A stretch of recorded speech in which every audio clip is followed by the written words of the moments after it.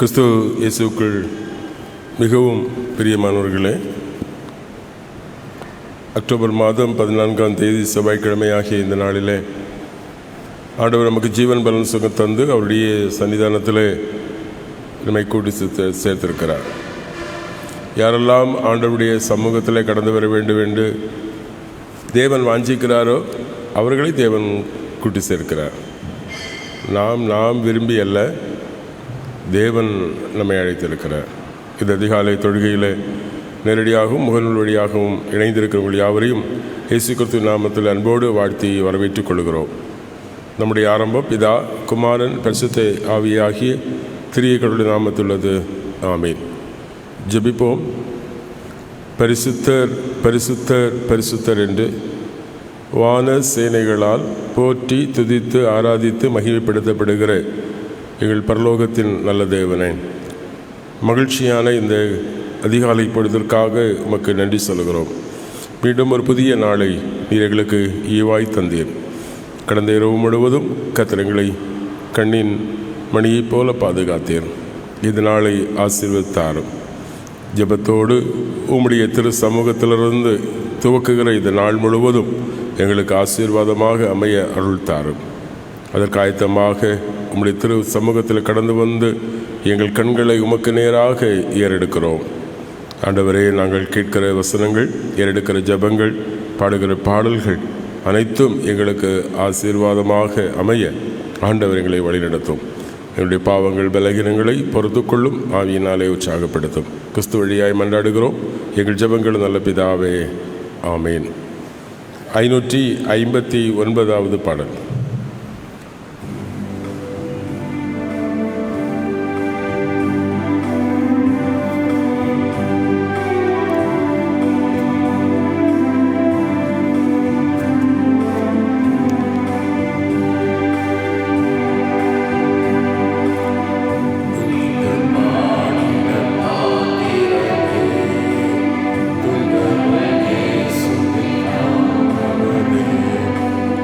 Amen.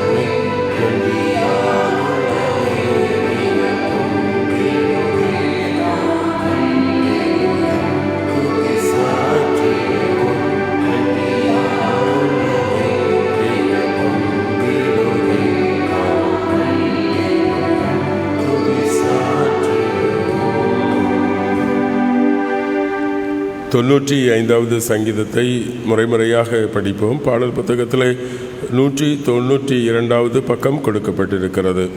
சங்கீதம் 95. கர்த்தரை கம்பீரமாய் பாடி நம்முடைய இரட்சண்ய கண்மலையை சங்கீர்த்தன பண்ண கடவோம் வாருங்கள்.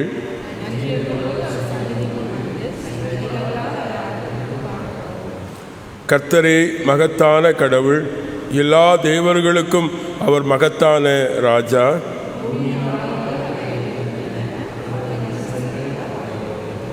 சமுத்திரம் அவருடையது, அவரே அதை உண்டாக்கினார். வெட்டாந்தரையையும் அவருடைய கரங்கள் உருவாக்கின.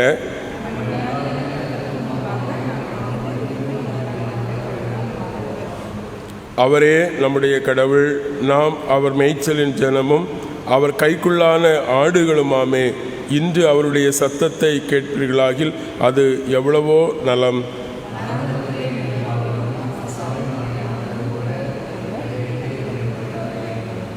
அங்கே உங்கள் பிதாக்கள் என்னை சோதித்து என்னை பரீட்சை பார்த்து என் கிரியையும் கண்டார்கள்.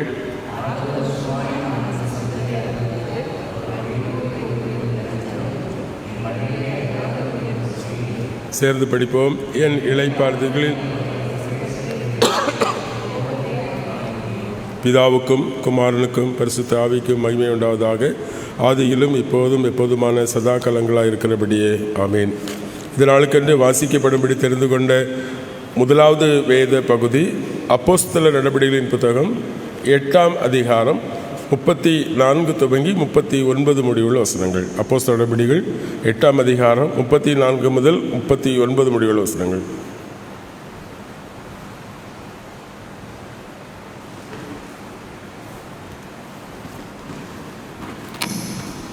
அப்போஸ்தலர் நடபடிகள் அதிகாரம் 8 வசனங்கள் 34 முதல் 39 வரை.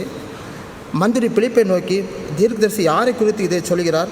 தம்மை குறித்தோ வேறொருவரை குறித்தோ எனக்கு சொல்ல வேண்டும் என்று கேட்டுக்கொண்டான். அப்பொழுது பிலிப்பு பேசத் தொடங்கி இந்த வேத வாக்கியத்தை முன்னிட்டு இயேசுவை குறித்து அவனுக்கு பிரசங்கித்தான். இவ்விதமாய் அவர்கள் வழி நடந்து போகையில் தண்ணீர் உள்ள ஒரு இடத்திற்கு வந்தார்கள். அப்பொழுது மந்திரி, இதோ தண்ணீர் இருக்கிறதே, நான் ஞானஸ்தானம் பெறுகிறதுக்கு தடை என்ன என்றான். அதற்கு பிலிப்பு, நீர் முழு இருதயத்தோடு விசுவாசித்தால் தடையில்லை என்றான். அப்பொழுது அவன், இயேசு கிறிஸ்து தேவனுடைய குமாரன் என்று விசுவாசிக்கிறேன் என்று சொல்லி ரதத்தை நிறுத்தச் சொன்னான். அப்பொழுது பிலிப்பும் மந்திரியும் ஆகிய இருவரும் தண்ணீரில் இறங்கினார்கள். பிலிப்பு அவனுக்கு ஞானஸ்தானம் கொடுத்தான். அவர்கள் தண்ணீரிலிருந்து கரையேறின பொழுது கர்த்தருடைய ஆவியானவர் பிலிப்பை கொண்டு போய் விட்டார். மந்திரி அப்புறம் அவனை காணாமல் சந்தோஷத்தோடு தன் வழியிலே போனான் என்பது.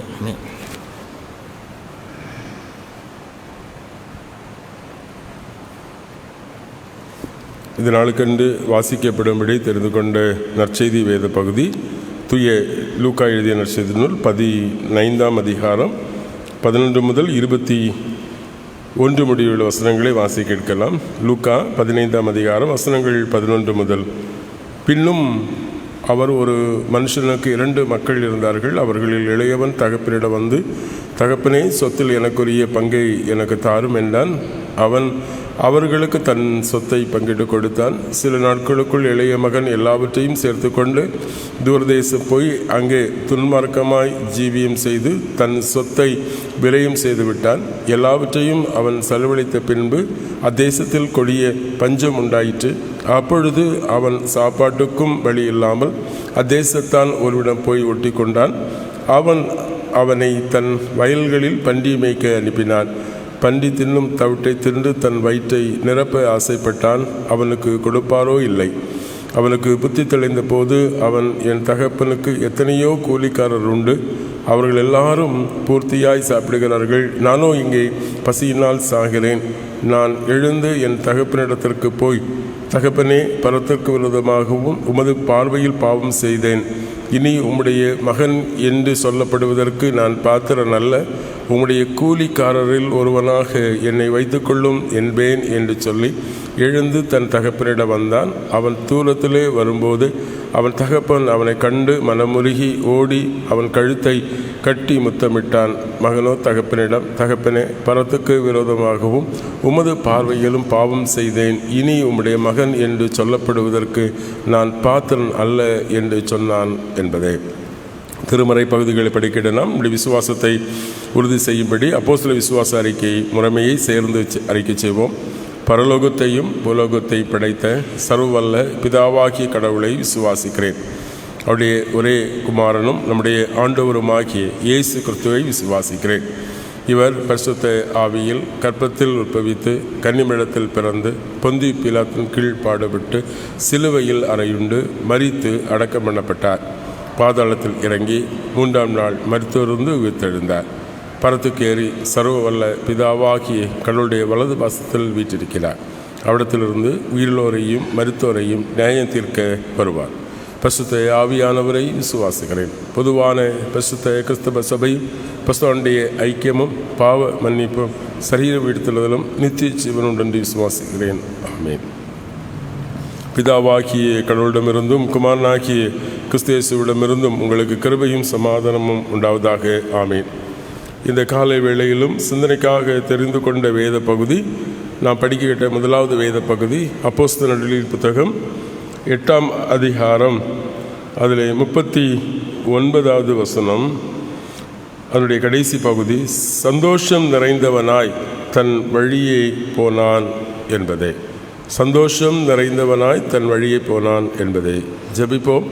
அன்பு நிறைந்த கடவுளே, எங்கள் வாழ்விலே திருப்பி பார்க்க தருகிற தருணங்களுக்காக உமக்கு நன்றி சொல்கிறோம். உம்மை விட்டு எவ்வளவாய் விலகி போகிறோம் என்பதை உணர்ந்து திரும்பி தகப்பனிடத்திலே கடந்து வர எங்கள் பாதைகளை செவ்வாய்ப்படுத்தும். கிறிஸ்து வழியாய் மன்றாடுகிறோம் எங்கள் ஜெபங்களும் நல்ல பிதாவே. ஆமேன்.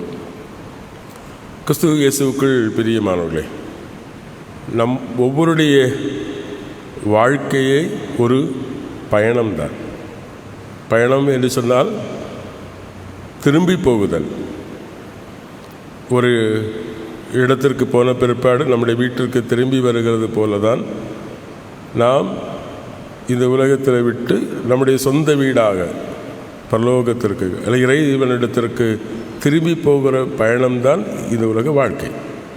கடவுள் நம்மை இந்த உலகத்திலே பிறக்க செய்தார். நாம் இந்த உலகத்திலே வாழ்ந்து மீண்டும் கடவுளிடத்திலே தகப்பனிடத்திலே திரும்பி போகிறது தான் நம் வாழ்க்கை. இஸ்ரவேலுடைய வாழ்வின் அனுபவம் அதுதான். யாத்திரை ஆகமம் என்று சொல்கிற ஒரு புத்தகமே திருமறையிலே இருக்கிறது. அவர்கள் அடிமைத்தனத்திலிருந்து விடுதலையாக்கப்பட்டு தங்கள் சொந்த தேசத்திற்கு அவர்கள் திரும்பி வருகிற வாழ்வின் அனுபவங்கள். நான் வாசித்தமே சங்கீதம் 95. கடவுளால் அருவருக்கப்பட்ட மக்களாகத்தான் இருந்தார்கள். அவருடைய செயல்கள் பாவம் நிறைந்தது. அவர்கள் திரும்பி வருகிற அந்த வாழ்க்கையில் ஆனாலும் கடவுள் அவருடைய இரக்கத்தை தம்முடைய மக்களுடைய வாழ்க்கையிலே தருகின்றார். எத்தியோப்பிய அரசவை அமைச்சராக இருக்கிற மனுஷன் எருசலேமுக்கு திரும்பி வருகிறான். எருசலேமிலே கடந்து வந்து இறைவனை தொழுது கொள்ள வருகிறான். சந்தோஷத்தை தேடி, மன அமைதியை தேடி, தன்னுடைய வாழ்க்கையிலே ஒரு பரிகாரத்திற்காக, தன்னுடைய வாழ்க்கையை புதுப்பித்துக் கொள்வதற்காக அநேக கேள்விகளோடு எருசலேமுக்கு வருகிறான். ஆனாலும் அவனுடைய வாழ்க்கையில் ஒரு சந்தோஷம் இல்லை. அவன் தொழுது விட்டு திரும்பி போகிறான்.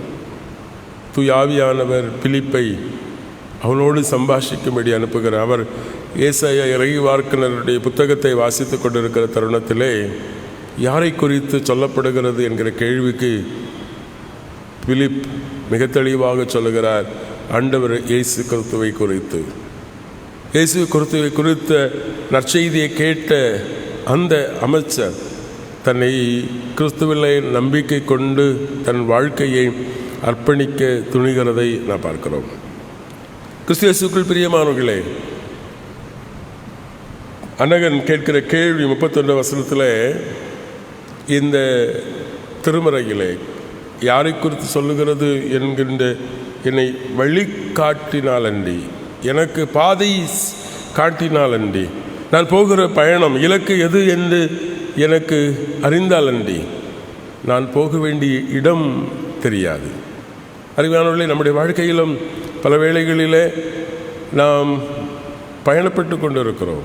பாடுநமை இந்த வனாந்தர யாத்திரை. நம்முடைய வாழ்க்கையை யாத்திரை தான். ஆனால் நாம் எங்கே போகிறோம் என்று தெரியவில்லை. அவர்கள் இளைய மகன் தன் ஆஸ்திகளை எடுத்துக்கொண்டு தன் தகப்பன் வீட்டை விட்டு புறப்பட்டு தூரதேசம் போனது போல இலக்கில்லாத மக்களாக நாமும் இன்றைக்கு பயணித்து கொண்டிருக்கிறோம். பிலிப்பின் வழியாக அநேகனுக்கு தெளிவு கிடைத்தது. கிறிஸ்து அவர்தாம் பாதை, அவர் வழி. அவர் வழி நடக்கிற பொழுது இலக்கை அடைய முடியும். கிறிஸ்துவே நம்முடைய இலக்கு, இலட்சியம் என்பதை உணர்ந்து கொண்டதை நாம் பார்க்கிறோம். கிறிஸ்துவுக்குள் பிரியமானங்களே, இன்றைக்கி ஆண்டவர் நமக்கு தருகிற முதலாவது அழைப்பு தான் நாம் போக வேண்டிய இடத்தை அறிந்து கொள்ள வேண்டும். பன்றி தவிட்டை கூட தின்னுவதற்கு வழி இல்லாமல் இருந்த அந்த மகன் தன் தகப்பன் வீட்டை எண்ணி பார்க்கிறார். தன்னுடைய தகப்பன் வீட்டிலே வேலைக்காரர்கள் திருப்தியாய் சாப்பிடுகிறார்கள், எவ்வளவு மகிழ்ச்சியாக இருக்கிறார்கள். நான் குமாரன், இங்கே சாப்பாட்டுக்கு வழி இல்லாமல் துன்பப்படுகிறேன். அவன் தன் தகப்பன் வீட்டை நினைத்து அவன் சொல்ல, நான் இனி தகப்பனிடத்தில் திரும்பி போவேன். மகன் என்று சொல்வதற்கு எனக்கு தகுதி கிடையாது, ஏனென்றால் அந்த உரிமையை நான் இழந்து விட்டேன். ஒரு வேலைக்காரனாக கூட இருந்தால் என் தகப்பனிடத்திலே நான் சந்தோஷமாக இருக்க முடியும் என்று சொல்லி அவன் திரும்பி போவதற்கு ஆயத்தமாய் தன்னுடைய புத்தி தெளிந்தது என்று சொல்லுகிறான். அதுமாதிரி இன்றைக்கு ஆண்டவர் நமக்கு தருகிற அழைப்போட புத்தி தெளிகிற கிறிஸ்துவை நாம் அறிந்து நாம் திரும்பி போக அழைக்கப்படுகிறோம்.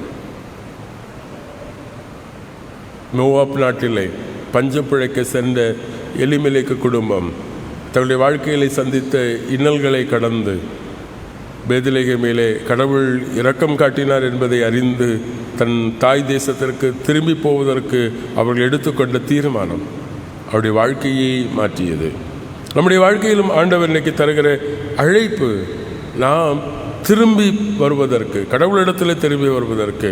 நாம் இப்போ எங்கே நிற்கிறோம், எப்படிப்பட்டவராய் வாழுகிறோம் என்கிற உணர்வை ஆண்டவர் நமக்கு தருகிறார். ஆதியாகமம் புத்தகம் 32ஆம் அதிகாரம் நாம் எடுத்து பார்த்தோம் என்று சொன்னால், அங்கே யாக்கோபு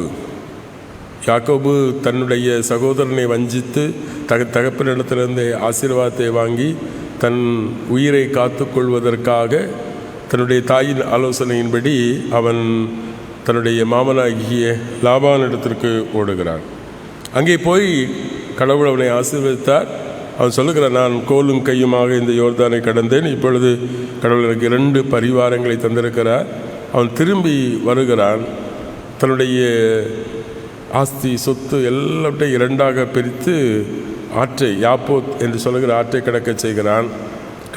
அதை கடப்பதற்கு முன்பு ஆற்றுக்கு இக்கரையில் இருந்து கொண்டு அவன் தன்னுடைய வாழ்வை குறித்து, தன்னுடைய பாதையை குறித்த, தன்னை குறித்த ஒரு பெரிய கேள்வி எழுகிறதை பார்க்கிறோம். அவன் கடவுளோடு போராடுகிறான். தன்னுடைய பயணம், தன் சகோதரனை சந்திக்க போகிற பயணம், தான் எத்தன் ஏமாற்றுக்காரன், வஞ்சிக்கப்பட்டவன், தன்னை கொலை செய்வதற்கு ஆயத்தத்தோடு இருக்கிற தன்னுடைய சகோதரன், தன்னுடைய பாவங்களெல்லாம் தன்னுடைய கண்களுக்கு முன்பாக வருகிறது. அவன் சொல்லுகிறான், எனக்கு கடவுள் குறையே வைக்கலை, ஒன்றுமே இல்லை. ஆனாலும் அவன் கடவுளோடு போராடுகிறதை பார்க்கிறோம். கடவுளோடு அவன் போராடுகிறான். அந்த ஆற்றை கடப்பதற்கு அவனால் முடியவில்லை.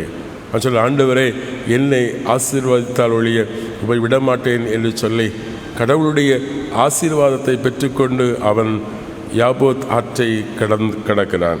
கிறிஸ்துவுக்குள் பிரியமானவர்களே, இன்றைக்கு ஆண்டவர் நம்மிடத்தில் தருகிற அழைப்பு நாம் கடவுளிடத்திலே திரும்ப அழைக்கப்படும்.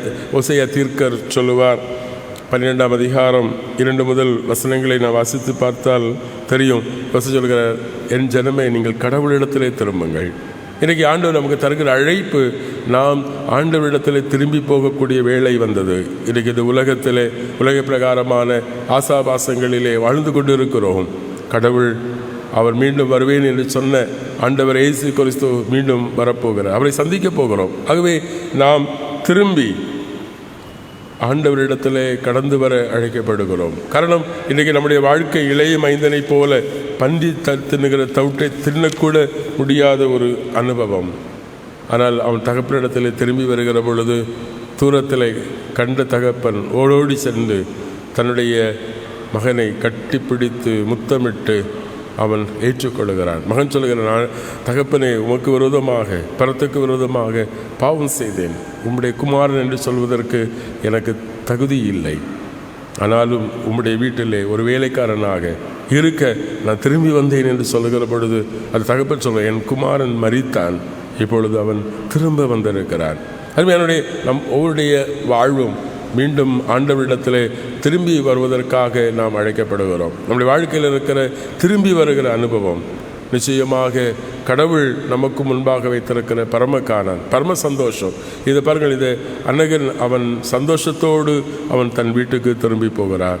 இந்த நாளிலும் ஆண்டவருடைய சமூகத்திலே ஆலயத்தை விட்டு கடந்து செல்லுகிற நாமும் நம்முடைய வாழ்க்கையில் இருக்கிற எல்லா பாரங்களையும், எல்லா கவலைகளையும், எல்லா வேதனைகளையும் ஆண்டவர் இயேசு கிறிஸ்துவுக்கு முன்பாக இறக்கி வைத்து விட்டு நிம்மதியோடு சமாதானத்தோடு நாம் திரும்பி செல்வதற்கு, திரும்பி தகப்பனை அவருடைய வீட்டிற்கு செல்ல நம்மை ஆயத்தப்படுத்துவதற்கு நம்மை அர்ப்பணிக்க ஆண்டவர் விரும்புகிறார். நம்முடைய வாழ்க்கையிலே பாரங்களோடு நாம் எபிரேயர் ஆசிரியர் 12ஆம் அதிகாரத்தில் 1-2 வசனங்களிலே வாசிக்கிற பொழுது, இது உலகத்தின் பாரங்களை சுமந்து நாம் ஓடுகிற பொழுது நம்முடைய வாழ்க்கையிலே அழுத்துகிறது பாவ பாரங்கள். நாம் நம்முடைய வாழ்க்கையிலே சந்தோஷத்தையும் சமாதானத்தையும் நிம்மதியையும் நம்முடைய வாழ்க்கையிலே பெற்றுக்கொள்ள முடிகிறதில்லை. ஆகவே இவைகளெல்லாம் களைந்து விட்டு கிறிஸ்துவை நோக்கி கடவுள் நமக்கு தந்திருக்கிற இந்த சந்தோஷம் நிறைந்த வாழ்வை ஒவ்வொரு நாளும் அனுபவித்து சுவைத்து கிறிஸ்துவினுடைய இறை அன்பை, இறை வழிநடத்துதலை நாம் உணர்ந்து கொண்டு ஒவ்வொரு நாளும் மகிழ்ச்சியோடு வாழ்கிற பொழுது நிச்சயமாய் கடவுள் நமக்கு ஆயத்தப்படுத்தி இருக்கிற பரமக்கானானை சுதந்திரிக்க முடியும். அப்படிப்பட்டதாக நம்முடைய வாழ்க்கை கிறிஸ்துவனிடத்திலே திரும்புகிற, நம்முடைய சொந்த தேசத்திற்கு திரும்புகிற பயணமாக இந்த உலக வாழ்க்கை அமைய தூயாவியானவர் நம் ஒவ்வொருக்குள்ளும் இந்த வசனத்தின் வழியாக கிரியை செய்வாராக. ஆமீன். எல்லா புத்திக்கும் மேலான தெய்வீக சமாதானம் நம்முடைய நினைவுகளையும் சிந்தனைகளையும் கிறிஸ்து இயேசுவுக்குள் காத்து வழி நடத்துவாராக. ஆமீன். மீண்டும் நாம் கர்த்தரை மகிமைப்படுத்தும்படி 580வது பாடலை நாம் பாடுவோம்.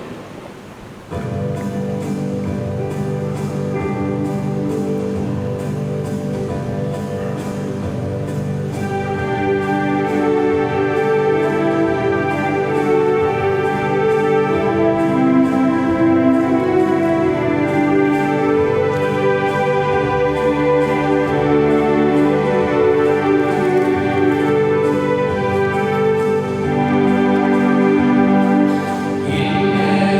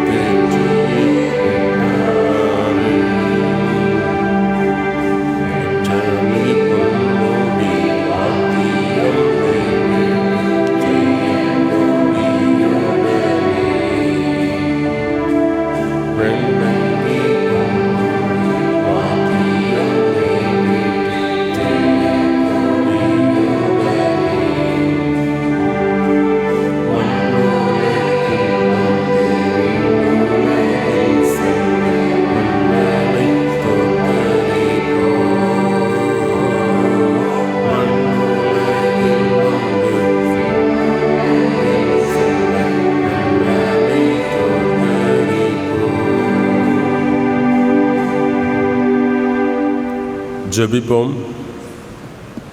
எங்களை அளவுக்கு அதிகமாக நேசிக்கிற பரிசுத்தமுள்ள எங்கள் நல்ல தகப்பனே, மகிழ்ச்சி நிறைந்த இது அதிகாலை பொழுதற்காக நன்றியோடு ஸ்தோத்தரிக்கிறோம். ஆண்டவரே, நாங்கள் பாவம் நிறைந்த இந்த உலகத்தில் எங்கள் வாழ்விலே சந்தோஷத்தையும் சமாதானத்தையும் நன்மையும் இழந்து நிற்கிறோம். ஆண்டவரே, தகப்பன் வீட்டிற்கு திரும்பி போகும்படி புத்தி தெளிந்த மக்களாய் நம்முடைய வசனத்தினாலே எங்கள் தேவனை நோக்கி பார்க்க ஆண்டவர் தருகிற இந்த நல்ல தருணத்திற்காக உமக்கு நன்றி சொல்லுகிறோம். பல வேளையிலும் உம்முடைய சமூகத்திலே கடந்து வந்தாலும் அந்த அமைச்சரை போல ஆண்டவரே சந்தோஷத்தோடு எங்களுக்கு திரும்பி போக இயலாத மக்களாக இருக்கிறோம். எங்கள் வாழ்விலே அழுத்துகிற பாவ பாரங்களை கிறிஸ்து கல்வாரி சிலுவையிலே சுமந்தார் என்கிற சத்தியத்தை நாங்கள் உணர்ந்தவர்களாய், எங்கள் பாவம் நிறைந்த வாழ்க்கை கிறிஸ்து எங்களுக்கு சம்பாதித்த அவருடைய பிள்ளைகள் என்கிற சுதந்திரத்தை இழந்து போகச் செய்கிறது என்பதை உணர்ந்து உம்முடைய பிள்ளைகளாக நாங்கள் தகுதியற்றவர்கள் என்பதை ஆண்டவரே உம்முடைய திருச்சமூகத்தில் உணர்ந்து அர்ப்பணிக்கிறோம். தகப்பன் வீட்டிற்கு தேவ சமூகத்தில் திரும்பி போகிற ஒரு வாழ்வாக எங்களுடைய வாழ்க்கை அமையவும், நாங்கள் இழந்து போன சந்தோஷத்தை ஆண்டவரே சமாதானத்தை நன்மையை திரும்ப பெற்றுக்கொள்கிறதாக எங்கள் வாழ்க்கை அமைய ஆண்டவர் கிருபை தாரும். யாக்கோபை போல அவருடைய வாழ்க்கையில் எல்லா வளங்கள் இருந்தும் எங்கள் வாழ்வை குறித்த ஒரு பெரிய கேள்வி, பயம் எங்களை அச்சுறுத்தி கொண்டிருக்கிறது. ஆண்டவரே, கடவுளோடு போராடி ஆண்டவரே எங்களை ஆசீர்வதியும் என்று கெஞ்சுகிற ஒரு அனுபவத்தை எங்களுக்கு தாரும். அதனூடாக தேவரீர் நாங்கள் உம்முடைய ராஜ்யத்தை தேடி நாடுகிற மக்களாய் ஒவ்வொரு நாளும் உம்முடைய வசனத்திலே வளர தூய ஆவியானவர் கொண்டு எங்களை பலப்படுத்தும். இந்த நாள் காலை வேளையிலும் உம்முடைய பரிசுத்த சமூகத்தில் நேரடியாகவும் மகனுள் வழியாகவும் இணைந்து உம்முடைய வார்த்தைகளை கேட்கிற உம்மை ஆராதிக்கிற ஒவ்வொரு மக்களை கர்த்தர் நோக்கி பாரும். அவர் தம் குடும்பங்கள் உறவுகள் அனைவரையும் ஆசீர்வதியும். எங்கள் ஆண்டவரே சொந்தங்கள் யாவரையும் உடைய கரங்களில் ஒப்புக் கொடுக்கிறோம். திருச்சபை குடும்பங்கள் ஆண்டவரே, திருச்சபை அல்லாத அநேகர் ஆண்டவரே தங்களை இந்த அதிகாலை தொழுகையில் இணைத்துக் கொள்ளுகிறார்கள். உடைய பிள்ளைகள் ஒவ்வொருவரையும் ஆண்டவர் நீர் கண்ணோக்கி பாரும். கர்த்தருடைய இரக்கம் அவரவர் தம் வாழ்வுகளிலே குடும்பங்களிலே உறவுகளிலே தாரும்.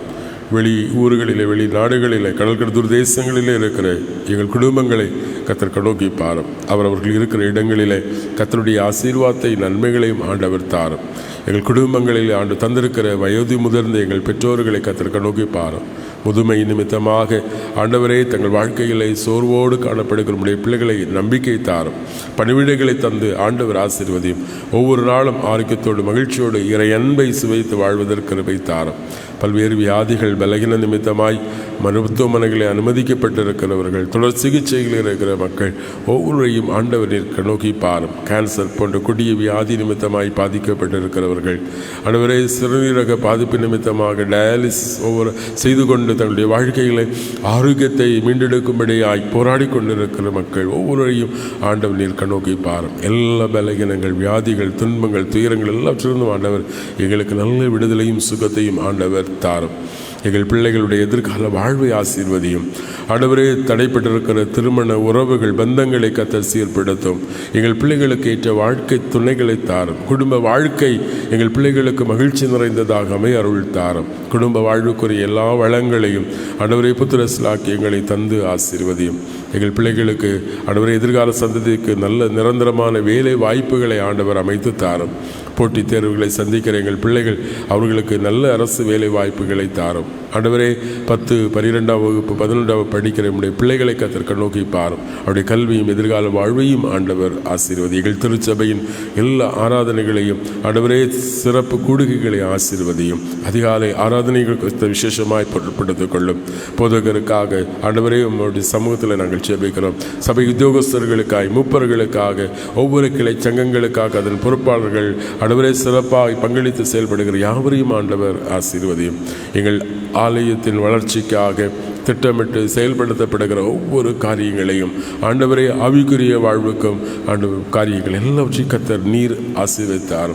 இந்த பட்டணத்தில் எங்கள் திருச்சபை ஆண்டவரே உம்முடைய வருகைக்காக தங்களை ஆயத்தப்படுத்துகிற ஒரு கூட்டம் ஜனத்தை ஆண்டவருக்கென்று சொந்தமாக்கிக் கொள்ள ஆண்டவர் நிற்கிற தாரும். இதனால் முழுவதும் கத்தங்களை பொறுப்பெடுத்துக் கொள்ளும். எங்கள் பயணங்கள் போக்குவரத்துகளிலே ஆண்டவர் நிற்கூடையிலும் பாதுகாப்பான பயணங்களை தாரும். தங்கள் உழைப்பு, தொழில், வேலை வாய்ப்புகள் எல்லாவற்றையும் ஆண்டவர் ஆசீர்வதினால் ஆண்டவரே எங்களுக்கு ஆசீர்வாதமாக இருக்க கிருபை தாரும். இந்த நாளை ஆசீர்வதியும் என்று சொல்லி உடைய சமூகத்தில் போராடி ஜபித்து ஆண்டவரே உடைய கரத்திலிருந்து நன்மைகளை பெற்றுக்கொள்கிற பாக்கியத்தை எங்களுக்கு தாரும். குறைகள் எல்லாவற்றையும் பொறுத்துக் கொள்ளும். இயேசு கிறிஸ்து நாமத்தில் தாழ்மையாக கேட்கிறோம் எங்கள் ஜெபங்கள் நல்ல பிதாவே, ஆமேன். பரமண்டலங்களில் இருக்க எங்கள் பிதாவே, உம்முடைய நாமம் பரிசுத்தப்படுவதாக, உம்முடைய ராஜ்யம் வருவதாக, உம்முடைய சித்த பரபலத்திலே செய்யப்படுவது போல புவியிலே செய்யப்படுவதாக. அன்றி நீங்கள் ஆகாரத்தில் எங்களுக்கு தாரும். எங்கள் கடனாளிகளுக்கு நாங்கள் மன்னித்திருக்கிறது போல எங்கள் பாவங்களுக்கு மன்னியும். எங்களை சோதனைக்கு உட்படப்படாமல் தீமை எடுத்துக்கொள்ளும். ராஜ்யம், வல்லமை, மகிமை என்னிடையே கொண்டவர்களே, ஆமீன். நம்முடைய ஆண்டவராகிய இயேசு கிறிஸ்துவின் கிருபை, பிதாவாகிய அன்பு, தூய ஆவியின் அனுபவிக்கவிடத்தில் சமாதானம் நம் ஒவ்வொருவரோடும் விசேஷமாக இந்த நாளில் தங்கள் பிறந்த தினங்கள், திருமண தினங்களை கொண்டாடுகிற அனைவரோடும் நிறைவாய் தங்கியிருப்பார்கள். ஆமீன். என் ஆத்துமாவே கர்த்தரை சோஸ்தரி, என் முழுமை பரிசுத்த நாமத்தை சோஸ்தரி. என் ஆத்துமாவே கர்த்தரை சோஸ்தரி, கர்த்தர் செய்த சகல உபகாரங்களை மறவாதே. ஆமீன். கர்த்தாவின் சமாதானம் உங்களோடு இருப்பதாக. சமாதானத்தோடு சென்று பாருங்கள்.